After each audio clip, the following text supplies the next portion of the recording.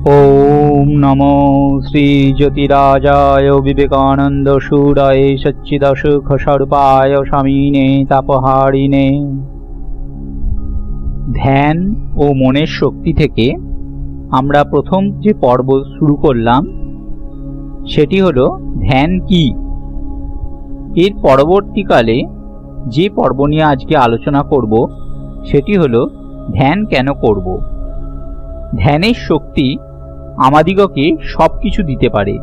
যদি তুমি প্রকৃতির উপর আধিপত্য চাও, ইহা ধ্যানের অনুশীলনেই সম্ভব হইবে। আজকাল বিজ্ঞানের সকল আবিষ্ক্রিয়াও ধ্যানের দ্বারাই হইতেছে। তাহারা বৈজ্ঞানিকগণ বিষয়বস্তুটি তন্ময়ভাবে অনুধ্যান করিতে থাকেন এবং সবকিছু ভুলিয়া যান, এমনকি নিজেদের সত্তা পর্যন্ত। আর তখন মহান সত্যটি বিদ্যুৎ প্রভার মতো আবির্ভূত হয়। কেহ কেহ ইহাকে অনুপ্রেরণা বলিয়া ভাবেন। অনুপ্রেরণা বলিয়া যাহা চলিতেছে তাহা আর কিছুই নয়, যে সংস্কারগুলি পূর্ব হইতেই মনের মধ্যে বাসা বাঁধিয়া আছে সেগুলির কার্য পরিণত রূপ অর্থাৎ ফল। একদিকে সচকিতে আসে এই ফল, তাহাদের অতীত কর্মই ইহার কারণ। সেখানেও দেখিবে ধ্যানের শক্তি, চিন্তার গভীরতা। ইহারা নিজ নিজ আত্মাকে মন্থন করেন, মহান সত্যসমূহ উপরিভাগে আসিয়া প্রতিভাত হয়। অতএব ধ্যানাভ্যাসেই জ্ঞান লাভের বিজ্ঞানসম্মত পন্থা।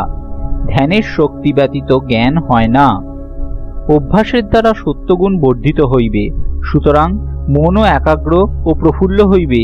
তুমি যে ধর্মপথে অগ্রসর হইতেছ তাহার প্রথম লক্ষণ এই যে তুমি বেশ প্রফুল্ল হইতেছ। বিষাদপূর্ণ ভাব অবশ্য অজীর্ণ রোগের ফল হইতে পারে, কিন্তু তাহা ধর্ম নয়। সুখী সত্যের স্বভাবসিদ্ধ ধর্ম। সাত্ত্বিক ব্যক্তির পক্ষে সবই সুখময় বলিয়া বোধ হয়। সুতরাং যখন তোমার এই আনন্দের ভাব আসিতে থাকিবে, তখন তুমি বুঝিবে তুমি যোগ সাধনায় উন্নতি করছ। যাবতীয় দুঃখ যন্ত্রণা তমগুণ প্রসূত, সুতরাং উহা হইতে অব্যাহতি লাভ করিতে হইবে। বিষণ্ণতা তমগুণের একটি লক্ষণ। সবল দৃঢ় সুস্থকায় যুব ও সাহসী ব্যক্তিরাই যোগী হইবার উপযুক্ত। যোগীর দৃষ্টিতে সবই সুখময়। যে কোনো মনুষ্য মুখ তিনি দেখেন, তাহাতেই তাহার আনন্দ হয়। ইহাই ধার্মিক লোকের লক্ষণ। অসংযত ও উচ্ছৃঙ্খল মন আমাদিগকে নিয়ত নিম্ন হইতে নিম্নতর স্তরে লইয়া যায় এবং চরমে আমাদিগকে বিধ্বস্ত করিবে, ধ্বংস করিবে। আর সংযত ও সুনিয়ন্ত্রিত মন আমাদিগকে রক্ষা করিবে, মুক্তিদান করিবে। কি করিয়া উহা আয়ত্ত করা যাইবে? নানা উপায়ে তাহা পারা যায়। প্রত্যেকের প্রকৃতি নিজস্ব গতি আছে, কিন্তু সাধারণ নিয়ম হলো এই যে মনকে আয়ত্তে আনিতে হইবে। মন একটি জলাশয়ের মতো, যে কোনো প্রস্তরখণ্ড উহাতে নিক্ষিপ্ত হয়, তাহাই তরঙ্গ সৃষ্টি করে। এই তরঙ্গগুলি আমাদের স্বরূপ দর্শনে অন্তরায় সৃষ্টি করে। জলাশয়ে পূর্ণচন্দ্র প্রতিবিম্বিত হইয়াছে, কিন্তু জলাশয়ের বক্ষ এত আলোড়িত যে প্রতিবিম্বটি পরিষ্কার রূপে দেখিতে পাইতেছি না। ইহাকে শান্ত হইতে দাও। প্রকৃতি যেন উহাতে তরঙ্গ সৃষ্টি না করিতে পারে। শান্ত হইয়া থাকো, তাহা হইলে কিছু পরে প্রকৃতি তোমাকে ছাড়িয়া দিবে। তখন আমরা জানিতে পারিব আমরা স্বরূপত কি। ঈশ্বর সর্বদা কাছেই রহিয়াছেন, কিন্তু মন বড়ই চঞ্চল। সে সর্বদা ইন্দ্রিয়াদির পশ্চাতে ছুটিয়া বেড়াইতেছে। ইন্দ্রিয়ের দ্বার রুদ্ধ করিলেও তোমার ঘূর্ণিপাকের অবসান হইবে না। এই মুহূর্তে মনে করিতেছি আমি ঠিক আছি, ঈশ্বরের ধ্যান করিব। অমনি মুহূর্তের মধ্যে আমার মন চলিল লন্ডনে। যদিবা তাহাকে সেখান হইতে জোর করিয়া টানিয়া আনিলাম, তাহা হইতে আমি নিউ ইয়র্কে কি করিয়াছি তাহাই দেখিবার জন্য মন ছুটিল নিউ ইয়র্কে। এই সকল তরঙ্গকে ধ্যানের দ্বারা নিবারণ করিতে হইবে। মনকে বশীভূত করিতে হইলে তাহার অবচেতন স্তরের গভীরে প্রবেশ করিতে হইবে। সেখানে যে সকল চিন্তা ও সংস্কার পুঞ্জীভূত হইয়া রহিয়াছে সেগুলিকে সুবিন্যস্ত করিতে হইবে, সাজাতে হইবে এবং সংযত করিতে হইবে। ইহাই প্রথম সোপান। অবচেতন মনকে সংযত করিতে পারিলেই চেতন মনও বশীভূত হইবে। আমাদের অবচেতন স্তরে যেসব অসংখ্য চিন্তা ডুবিয়া রহিয়াছে, আমাদের জ্ঞান নিরপেক্ষ হইয়াই যেগুলি নিজ নিজ কাজ করিয়া চলে, সেগুলিকে স্ববেশে আনিতে চাওয়াই হলো আমাদের সর্বপ্রথম কাজ। খারাপ কাজটি অবশ্য চেতন স্তরেই ঘটে, কিন্তু যে কারণ কাজটি ঘটাইল তাহা ছিল আমাদের অগোচরে বহুদূরে, অবচেতনার রাজ্যে, সেজন্য তাহার শক্তিও বেশি। ফলিত মনস্তত্ত্ব প্রথমেই অবচেতনকে নিয়ন্ত্রণাধীনে আনিবার কাজে সর্বশক্তি নিয়োগ করে। আর ইহা জানা কথা যে আমরা উহাকে আয়ত্তে আনিতে পারি। কেন পারি? কারণ আমরা জানি যে চেতনই অবচেতনের কারণ। আমাদের অতীতের যে লক্ষ লক্ষ চেতন চিন্তাগুলি মনের ভেতর ডুবিয়া গিয়াছে, সেইগুলিই অবচেতন চিন্তা। অতীতের সজ্ঞান ক্রিয়াগুলি নিষ্ক্রিয় ও অবচেতন রূপে থাকে। আমরা আর সেগুলির দিকে ফিরিয়া তাকাই না, সেগুলিকে চিনি না, সেগুলির কথা আমরা ভুলিয়া গিয়াছি।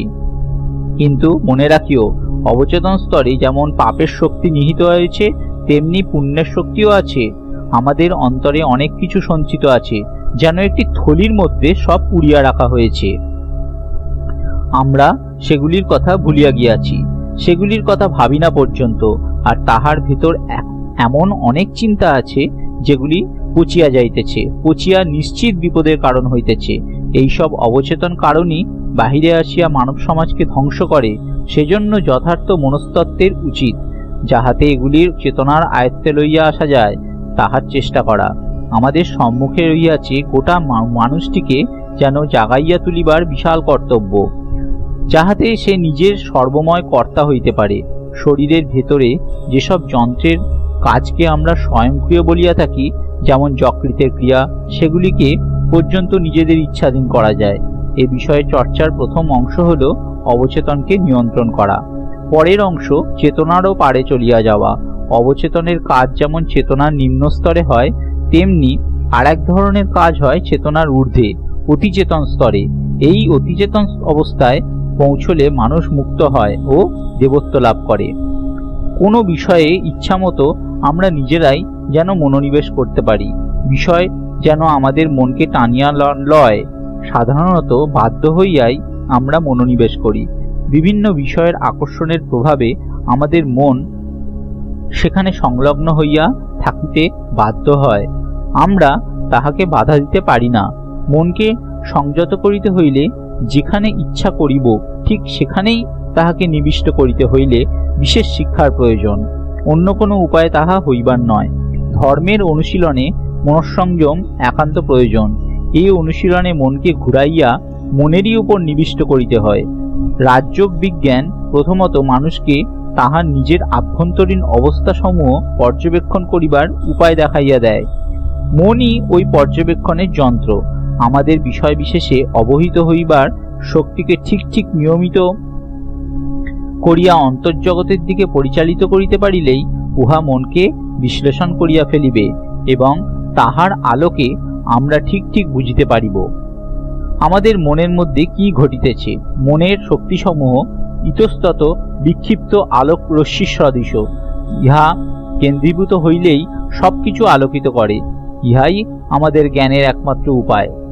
প্রকৃতির দ্বাদদেশে আঘাত করিতে জানিলে কিভাবে আঘাত করিতে হয় তাহা জানা থাকিলে বিশ্ব প্রকৃতি স্বীয় রহস্য উদ্ঘাটিত করিয়া দিবার জন্য প্রস্তুত। সেই আঘাতের শক্তি ও তীব্রতা আসে একাগ্রতা হইতে। মনুষ্য মনের শক্তির কোনো সীমা নাই।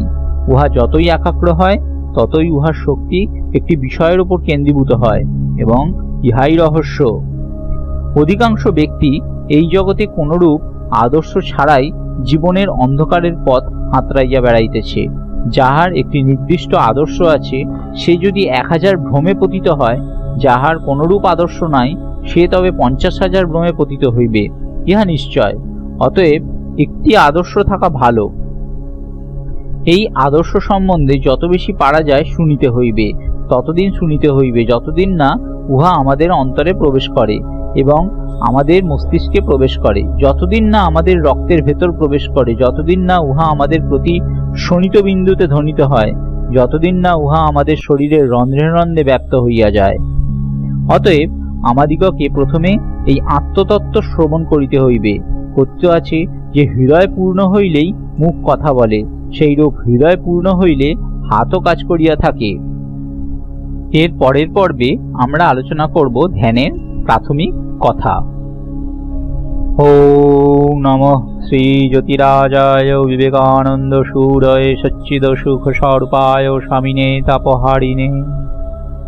সমস্ত দর্শক ও শ্রোতা বন্ধুরা, আগামী দিনে এই ধরনের পাঠ আরও পেতে অবশ্যই সত্যের সন্ধান চ্যানেলটিকে সাবস্ক্রাইব করুন ও পাশে থাকা বেল আইকনটি অবশ্যই ক্লিক করবেন। নমস্কার।